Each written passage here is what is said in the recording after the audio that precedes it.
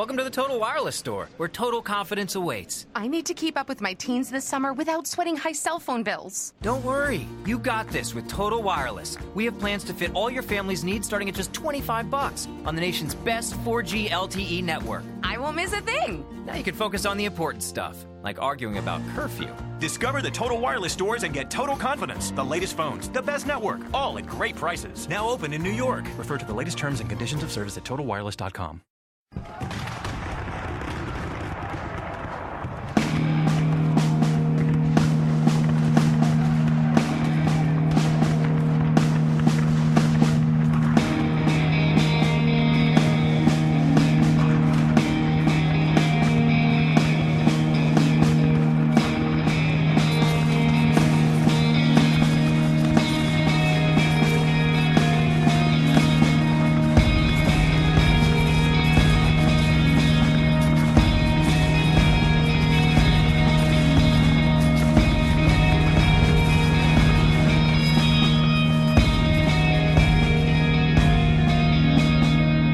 Welcome to the Brief History Podcast.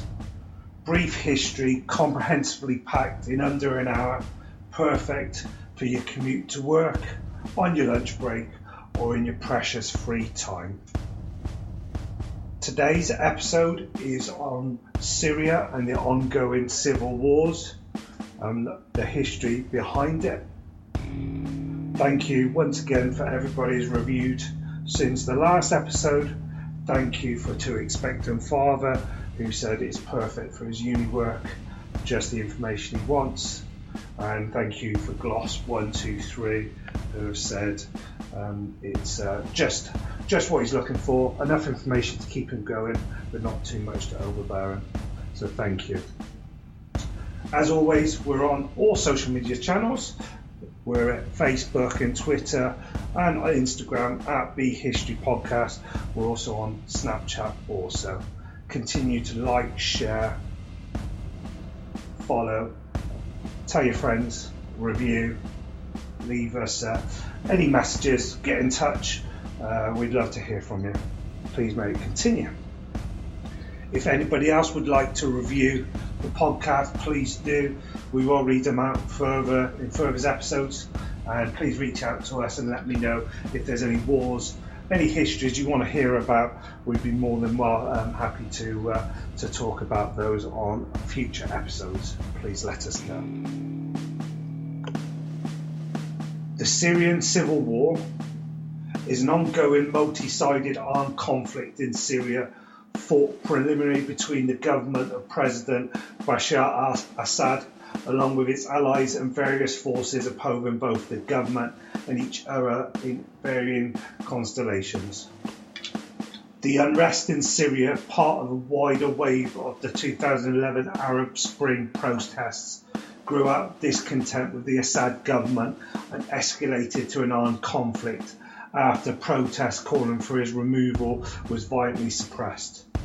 The war is being fought by several factions: the Syrian government and its international allies, a loose alliance of Sunni Arab rebels, including the Free Syrian Army, the majority-Kurdish Syrian Democratic Forces, the SDF, Salafi jihadist groups including al-Nusra Front, and the Islamic State of Iraq and the Levant, the ISIL, with a number of countries in the region and beyond being either directly involved or rendering support to one another or faction. Iran, Russia and Hezbollah support the government of Syria military, while Russia conducted air operations in September 2015. On the other hand, the US-led international coalition, which was established in 2014, and just recent weeks in 2018 declared a purpose of countering ISIL, have conducted airstrikes against ISIL in Syria, including the US and France in a recent chemical weapons attack. That's of April 2018. These against government and pro-government targets. International organisations have accused the Syrian government, ISIL and rebel groups of severe human rights and on many massacres. The conflict is called major refugee crisis. Over the course of the war, a number of peace initiatives have been launched, including March 2017 Geneva peace talks on Syria led by United Nations, but fighting continues.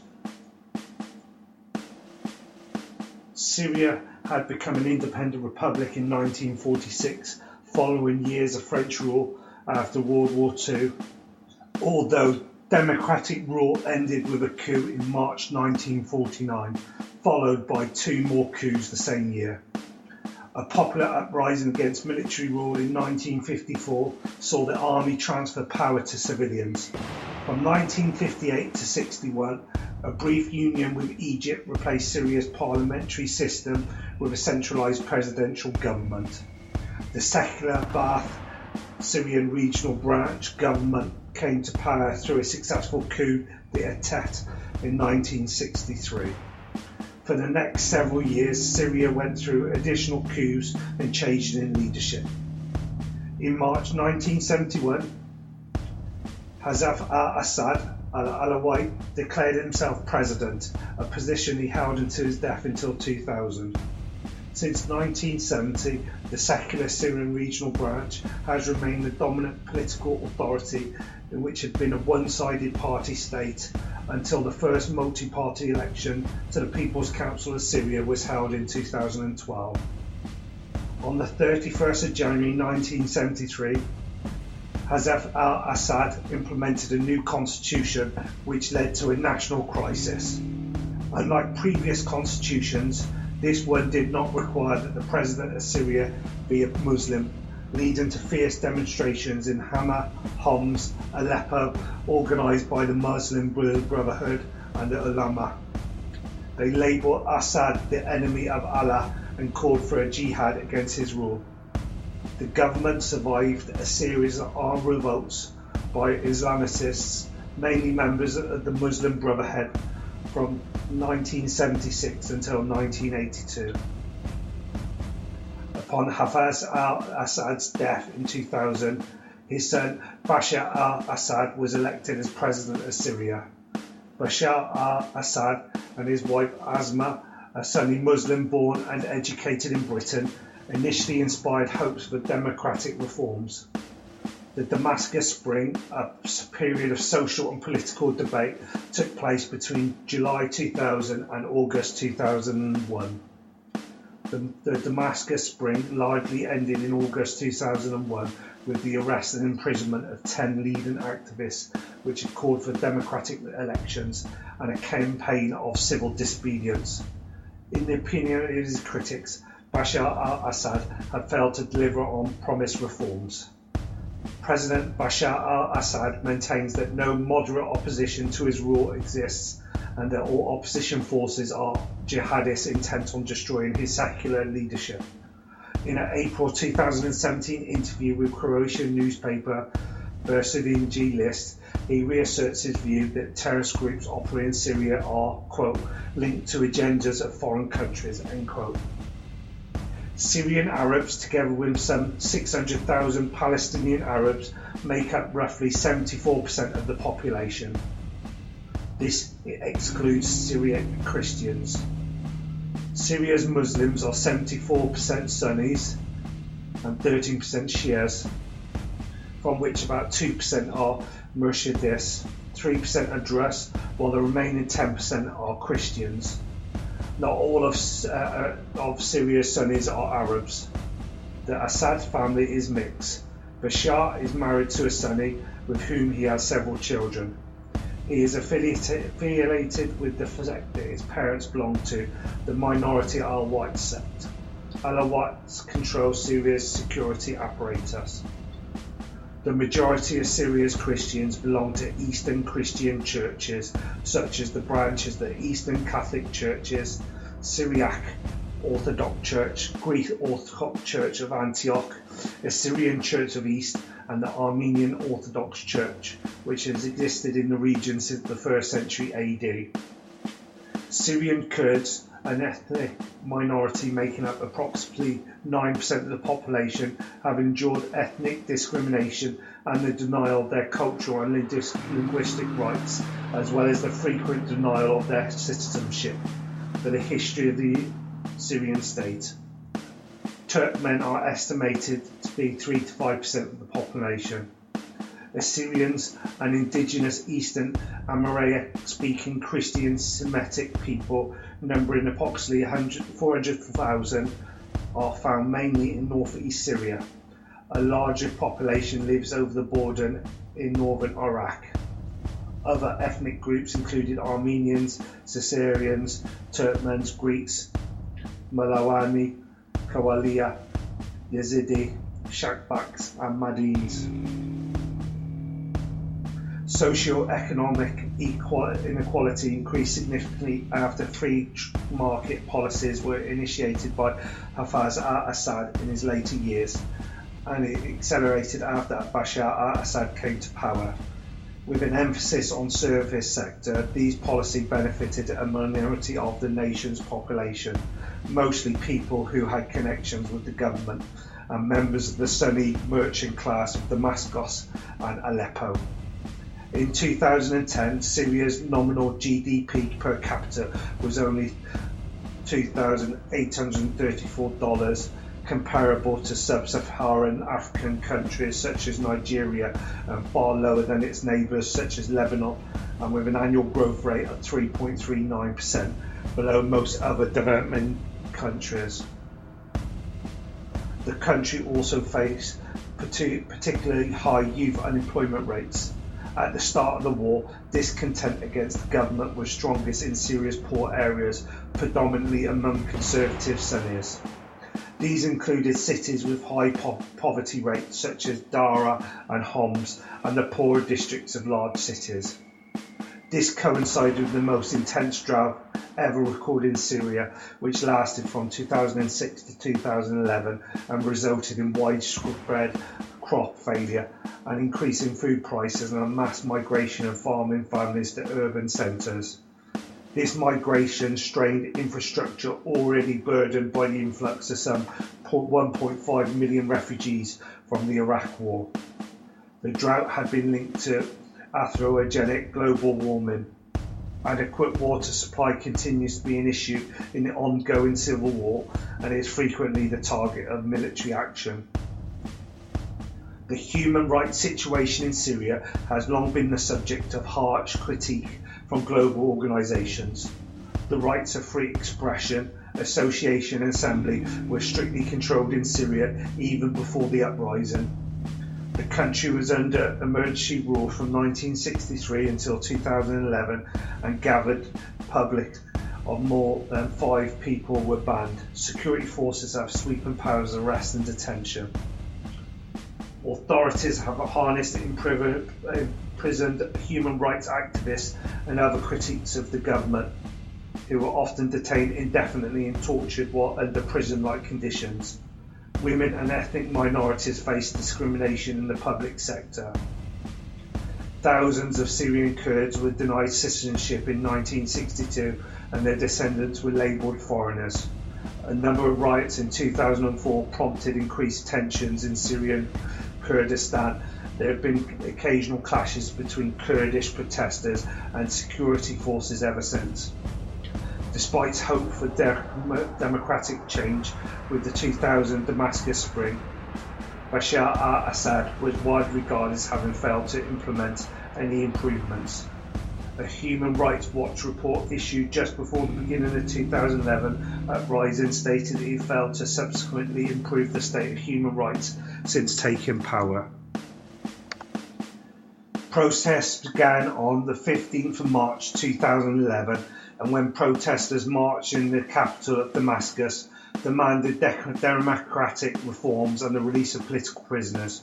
Security forces retaliated by opening fire on the protesters, and according to witnesses who spoke to the BBC, the government forces detained 6. The protest was triggered by the arrest of a boy and his friend by the government for writing in graffiti, quote, "The people want the fall of the government," end quote. In the city of Darara, a 13-year-old boy, Hazma al-Khattab, was tortured and killed. The government claims that the boys weren't attacked and that Qatar incited the majority of the protest.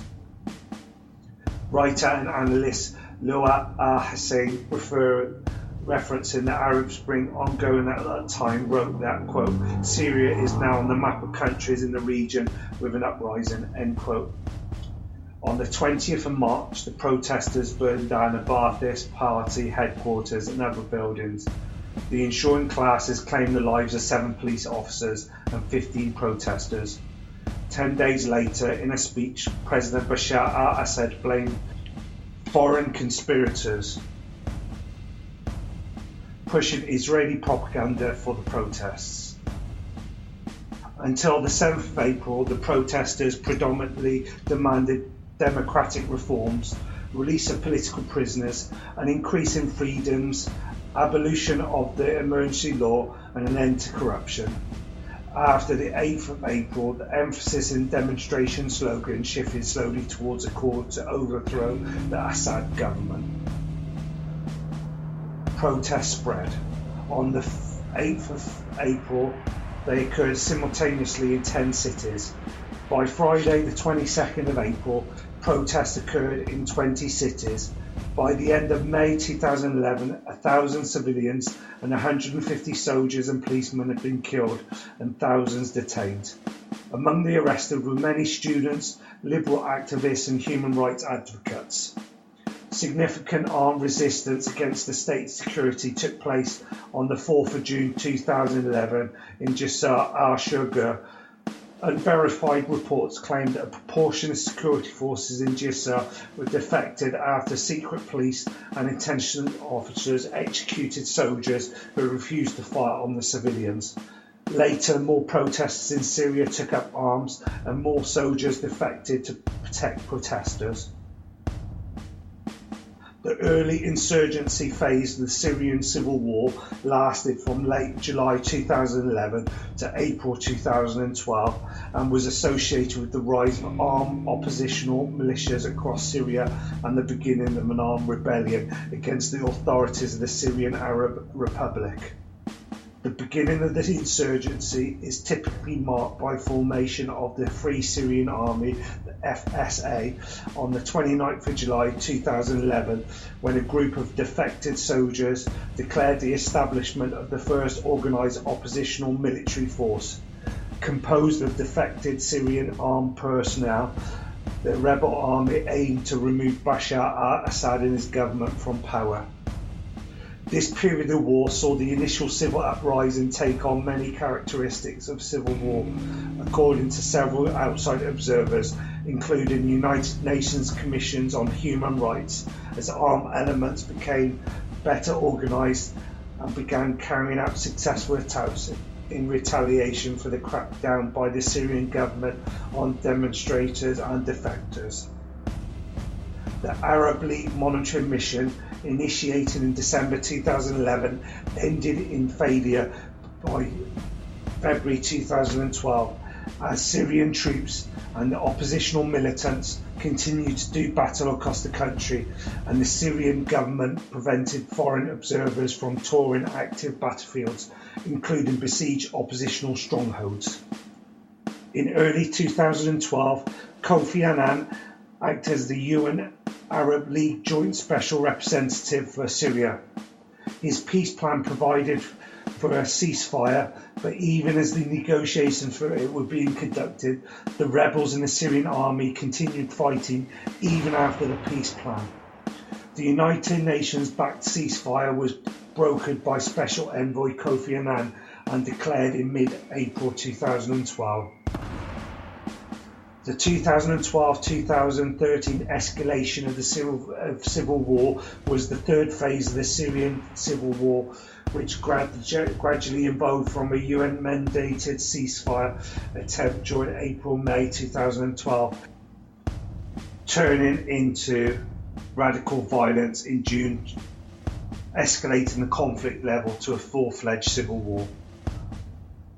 Following the Hula massacre of 25th of May 2012, in which 108 people were summarily executed, the subsequent FSA ultimatum to the Syrian government, the ceasefire practically collapsed as the FSA began nationwide offences against government troops.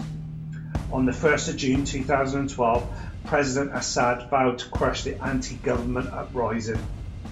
On the 12th of June 2012, the UN for the first time officially proclaimed Syria to be in a state of civil war. The conflict began moving into the two largest cities, Damascus and Aleppo. Following October 2012 ceasefire failure, during the winter of 2012-13, early spring of 2013, the rebels continued advances on all fronts. In mid-December 2012, American officials said that the Syrian government began firing Scud ballistic missiles at rebel fighters inside Syria. On the 11th of January 2013, Islamist groups, including al-Nusra Front, took full control of Taftanaz air base in the Idlib government after weeks of fighting. In mid-January 2013, as clashes re-erupted between rebels and Kurdish forces in Ras al-Ain, YPG forces moved to expel government forces from oil-rich areas in Haskella province. By the 6th of March 2013, the rebels captured the city of Raqqa, effectively making it the first provincial capital to be lost by the Assad government. The advances of rebels were finally arrested in April 2013 as Syrian Arab Army could reorganise and initiate offences. On the 17th of April 2013, government forces breached a 6-month rebel blockade in Wadi al-ʼahliyyah near Idlib. Heavy fighting was reported around the town of Berlin after government troops attempted to secure control of a main highway leading to Aleppo. The break in the siege also allowed government forces to resupply 2 major military bases in the region, which had been relying on sporadic airdrops. In April 2013, government and Hezbollah forces who had increasingly become involved in fighting launched an offensive to capture areas near Al-Qusar. On the 21st of April, pro-Assad forces captured the town of Burhaniya, Sakraya and al-Radawiyah near the Lebanese border. From July 13, however, the situation became a stalemate, with fighting continuing on all fronts between various factions with numerous casualties, but without major territorial changes. On the 28th of June 2013, rebel forces captured a major military checkpoint in the city of Darara. Shortly after, Syria opposition factions declared war on the Islamic State of Iraq and the Levant, ISIL, which turned increasingly dominant throughout the war zone with indiscriminate killing of all, whether loyalist Assad or rebels. A major advance took place on the 6th of August 2013 as rebels captured Menga military airbase after a 10-month siege. On the 21st of August, a chemical attack took place in Ghouta region of the Damascus countryside, leading to thousands of casualties and several hundred dead in the opposition-held stronghold. The attack was followed by a military offensive by government forces into the area, which had been hotbeds of the opposition. The attack, largely attributed to Assad forces, caused the international community to seek disarmament of the Syrian Arab Army from chemical weapons.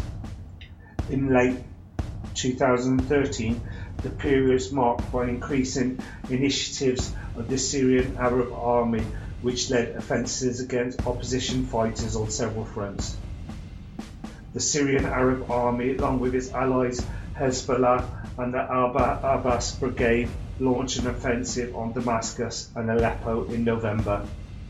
Fighting between Kurdish forces, rebels and al-Nusra Front continued in other locations. Tensions between moderate rebel forces and ISIS had been high since ISIS captured the border town of Azaz from FSA forces on 18th of September 2013. conflict was renewed over Assad in early October, and in late November ISIS captured the border town of Atmi from an FSA brigade. On the 3rd of January 2014, the army of Mujahideen, the Free Syrian Army and the Islamic Front launched an offensive against ISIS in Aleppo and Idlib governorates. A spokesman for the rebels said the rebels attacked ISIS in up to 80% of all ISIS-held villages in Idlib and 65% of these in Aleppo.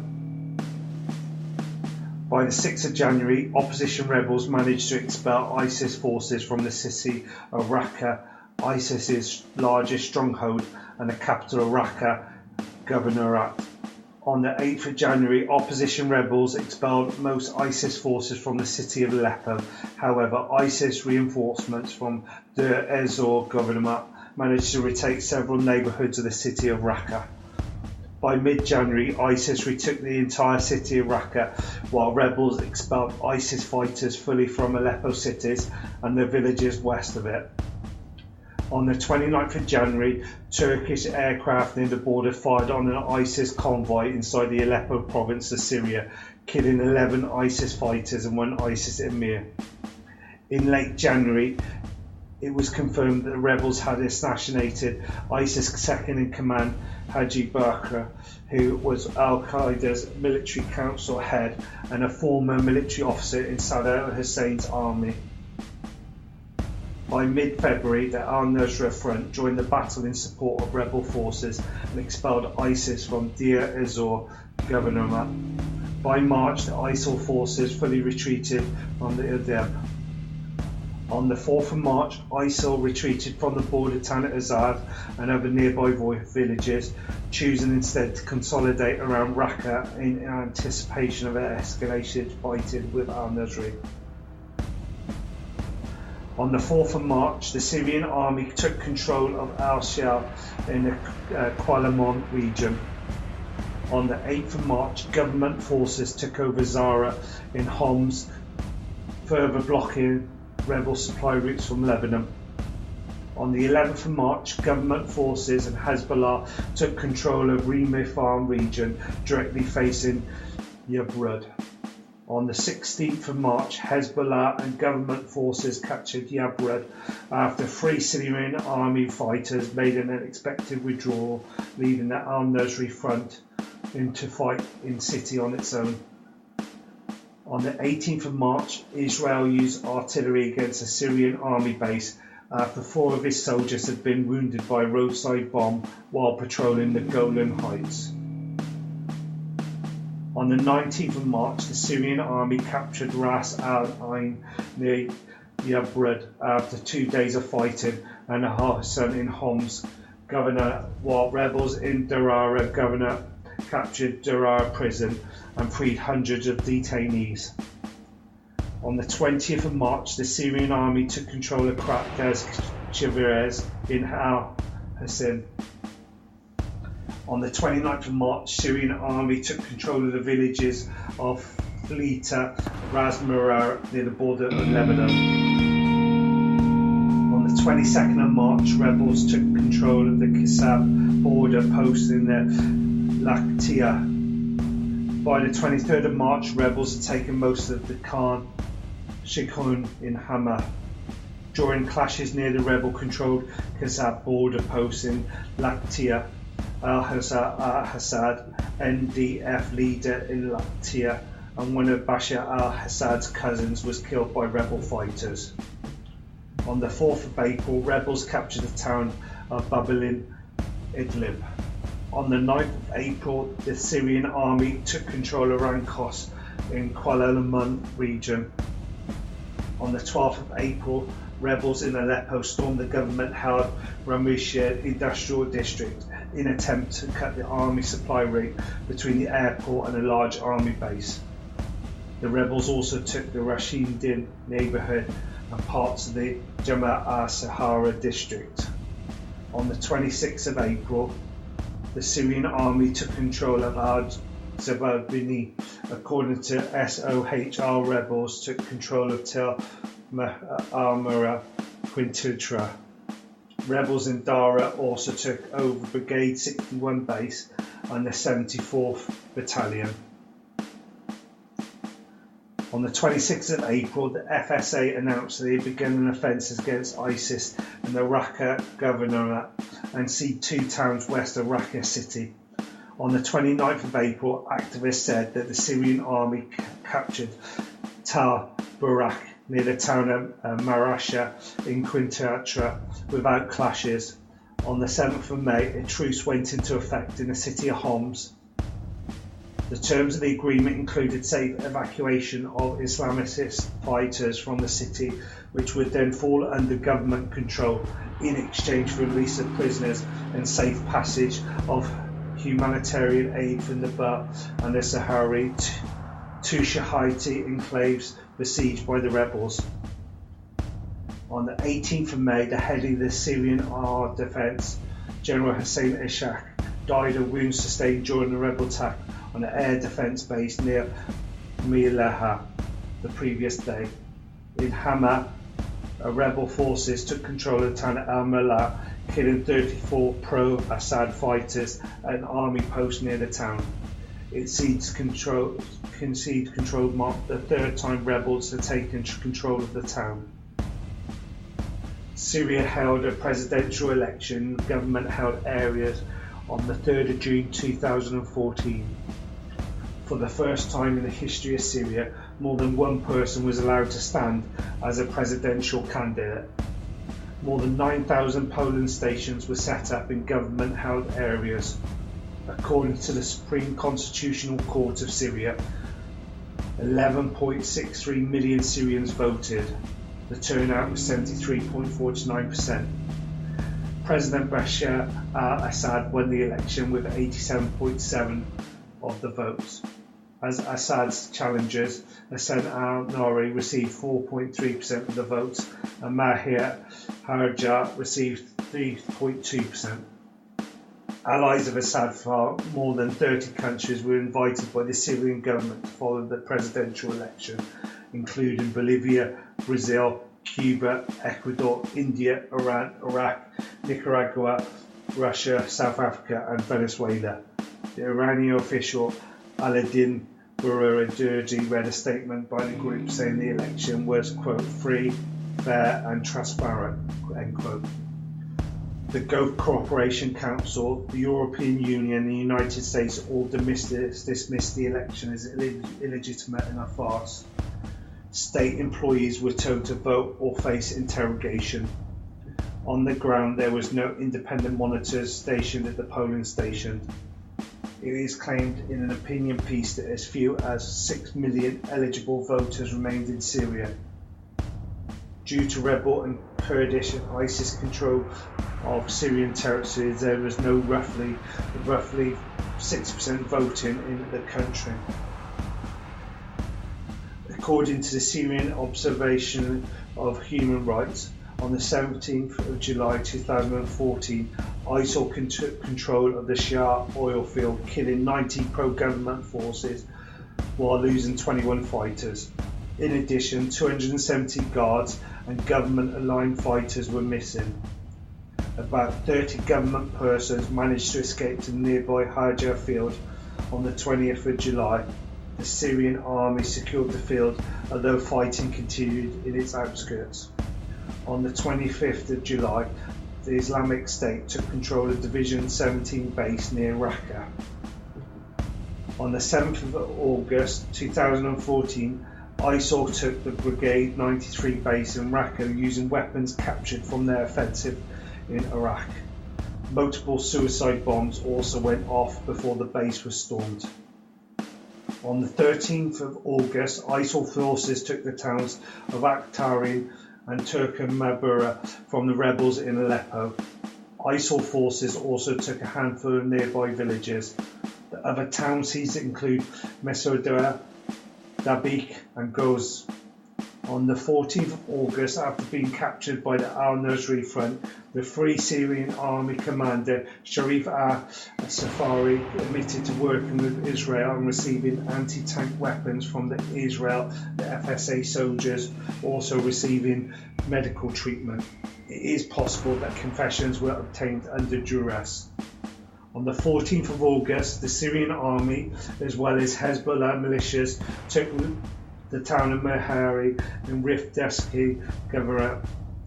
The Supreme Military Council, the FSA, denied claims of Mehera seizure, and rather the rebels had redeployed from recent advances to other defensive lines. Mehera had been held by the Islamic Front. Rebels had used the town to fire mortars on government-held areas inside Damascus.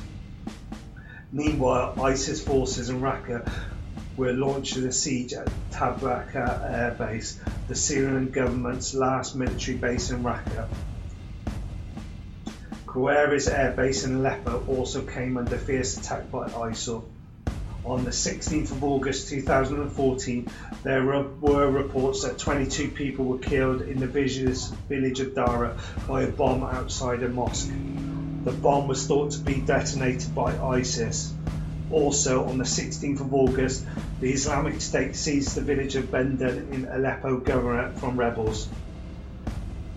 On the 17th of August 2014, SOHR said that in the past 2 weeks, ISIL jihadists had killed over 700 tribal members in Ulrich Deir Ezzar.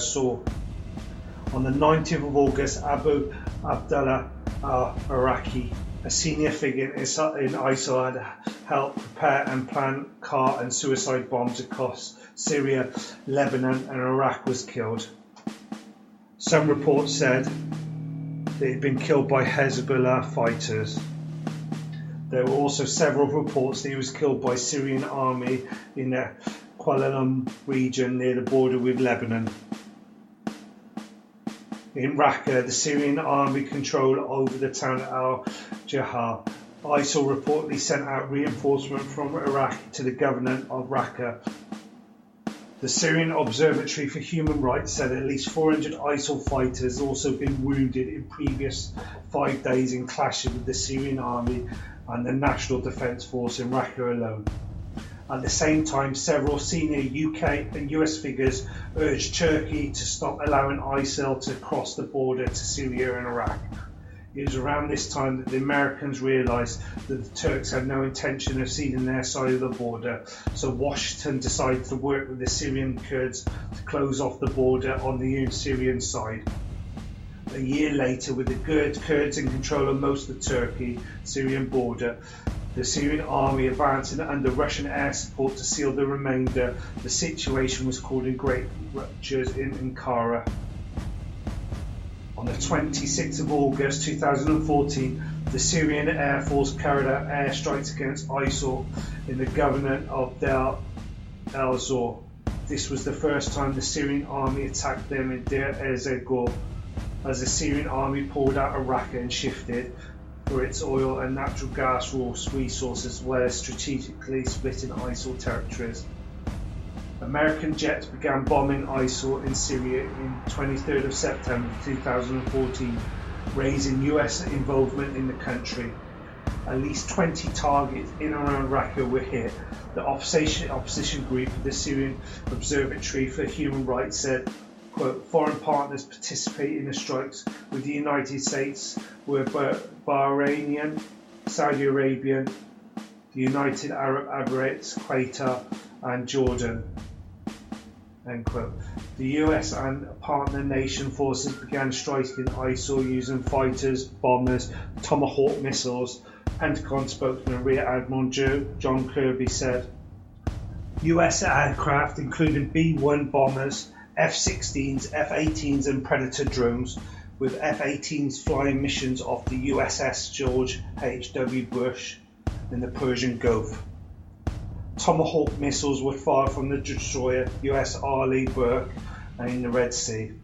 Syria's foreign minister told the Associated Press the US informed Syria's envoy to the UN that, quote, strikes would be launched against the terrorist groups in Raqqa, end quote. The United States informed the Free Syrian Army beforehand of the impending airstrikes, and the rebels said that weapons transfers to the Free Syrian Army had begun. The United States also attacked a specific faction of al-Nusra called the Khorasan Group, who, according to the United States, had training camps and plans for attacking the United States in the future. For its part, Turkey launched an official request to the UN for a no-fly zone over Syria. The same day, Israel shot down a Syrian warplane after it entered the Golan area from Quintara. By the 3rd of October 2014, ISIL forces were heavily shelling the city of Kobani and were within a kilometre of the town. Within 36 hours from the 21st of October, the Syrian Army force carried out over 200 airstrikes on rebel-held areas across Syria and US, and Arab-attacked ISIL positions in Kobani. Syria Information Minister Omran al-Zabi said the YPG forces in Kobani had provided with military and logistical support. Syria reported its air forces had destroyed 2 air fighter jets operated by IS. By the 26th of January, the Kurdish YPG forced ISIL to retreat from Kobani, thus fully recapturing the city. The US later confirmed that the city had been cleared of ISIL forces, and ISIL admitted defeat in Kobani city 3 days later, although they vowed to return.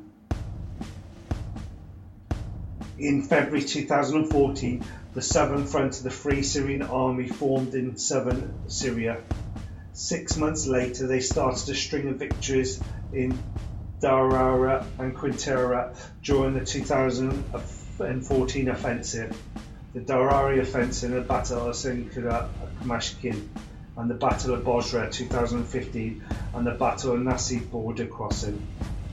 A government counter-offensive during this period that included the IRGC and Hezbollah recaptured 15 towns, villages and hills, but the operation slowed soon after and stalled. Since early 2015, opposition military operations rooms based in Jordan and Turkey began increasing cooperation with Saudi Arabia, and Qatar also reportedly agree upon the necessity to unite opposition factions against the Syrian government. In late October 2014, a conflict erupted between the al-Nusra Front on one side and the Western-backed SRF and Hazem movement on the other. By the end of February 2015, al-Nusra had defeated both groups, captured the entire Kiwani mountain region in Idlib province and several towns and military bases in other governments, and seized weapons supplied by the CIA to 2 moderate groups. The significant amount of weapons seized include a small number of BGM-71 anti-tank missiles similar to the weapon system al-Nusra Front had previously captured from government stockpile, such as the French Milans, Russian HJ-8s and the Russian 9K111 fagots. Reuters reported that this represented al-Nusra crushing pro-Western rebels in the north of the country. According to FSA commanders in northern Syria, however, the elimination of Hazrat Azam and the SRF was a welcome development due to the leaders of these factions allegedly were involved in corruption. The Western-backed 30th Division of SSA remained active elsewhere in Idlib. On the 24th of March 2015, the al-Nusra Front dominated most of the Idlib province except for the government-held provincial capital, Idlib, which had been encircled on 3 sides along their Islamic allies. Therefore, they joined together to form the Army of Conquest on this day. On the 28th of March, a joint coalition of Islamic forces, the Army of Conquest, captured Idlib. This left the northern largely taken by Sham, al-Nusra Front and other Islamic rebels, with the south of the country becoming the last significant foothold for mainstream non-jihadist oppositionist leader fighters. On the 22nd of April, a new rebel offensive was launched to the north of Syria, and by the 25th of April, the rebel coalition Army of Conquest had captured the city of Jisr al-Shagur at the end of the following month. The rebels also seized the al-Mashkuma military base and Araha, leaving government forces in control of a tiny pocket of Idlib, including Abu Durhura military airport.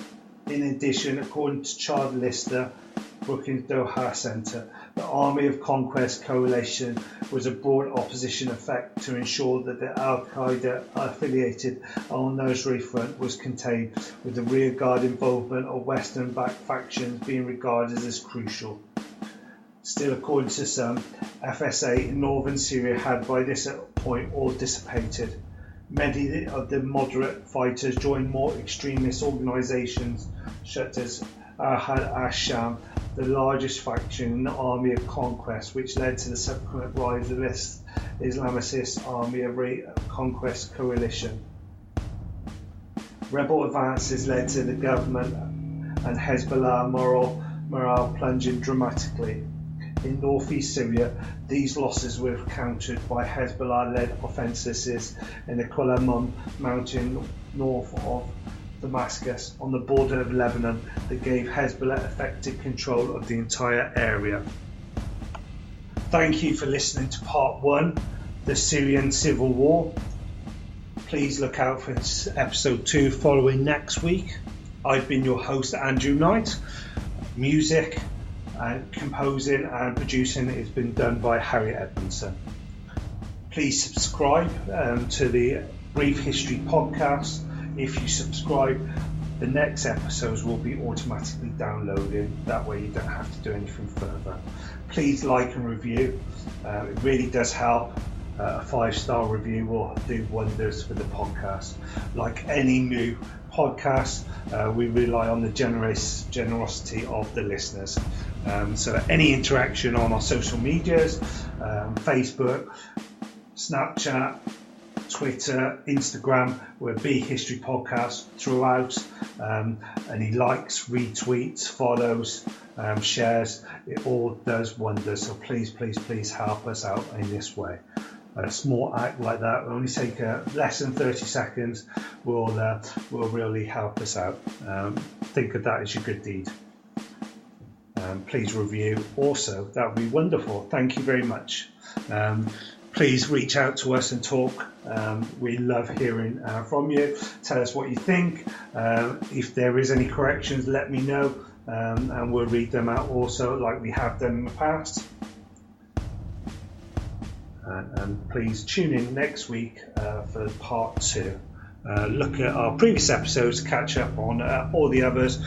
We've posted episodes on the SAS, the Spanish-American War, the Armenian Genocide Part 1 and 2, the Indian Mutinies Part 1 and 2, the Boer Wars and the Zulu Wars. And please let us know what you think of those also.